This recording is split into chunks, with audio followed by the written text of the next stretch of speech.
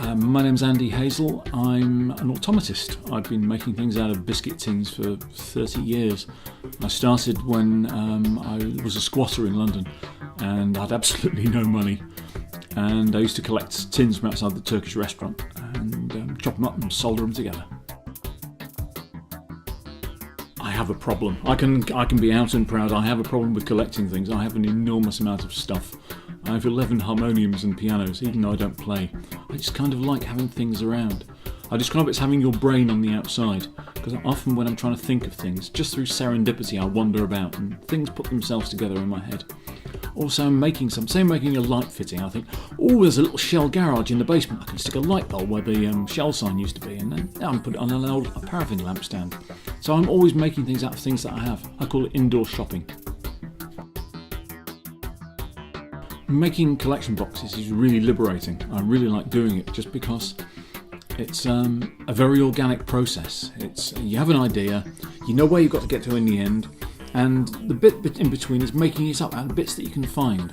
I don't like that thing where you order something and you have to wait for 3 days for it to come from Birmingham or a week to come from China. I like to have the thing there and then, so I can just experiment and play with it. Most of the process is about playing.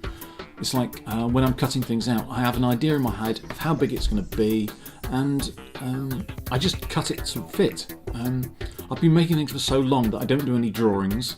I don't sort of measure anything. I just cut it, chop it, and because the materials don't cost anything, it's very liberating. Imagine being a jeweller where that thing you're working with is a piece of gold and you really have to think about it. Whereas this, it doesn't matter. I just throw it away or chop it up and recycle it.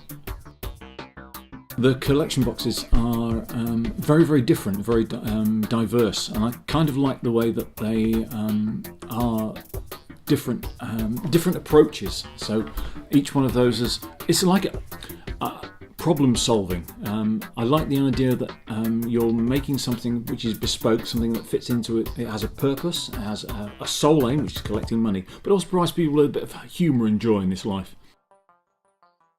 I wouldn't describe what I do as green because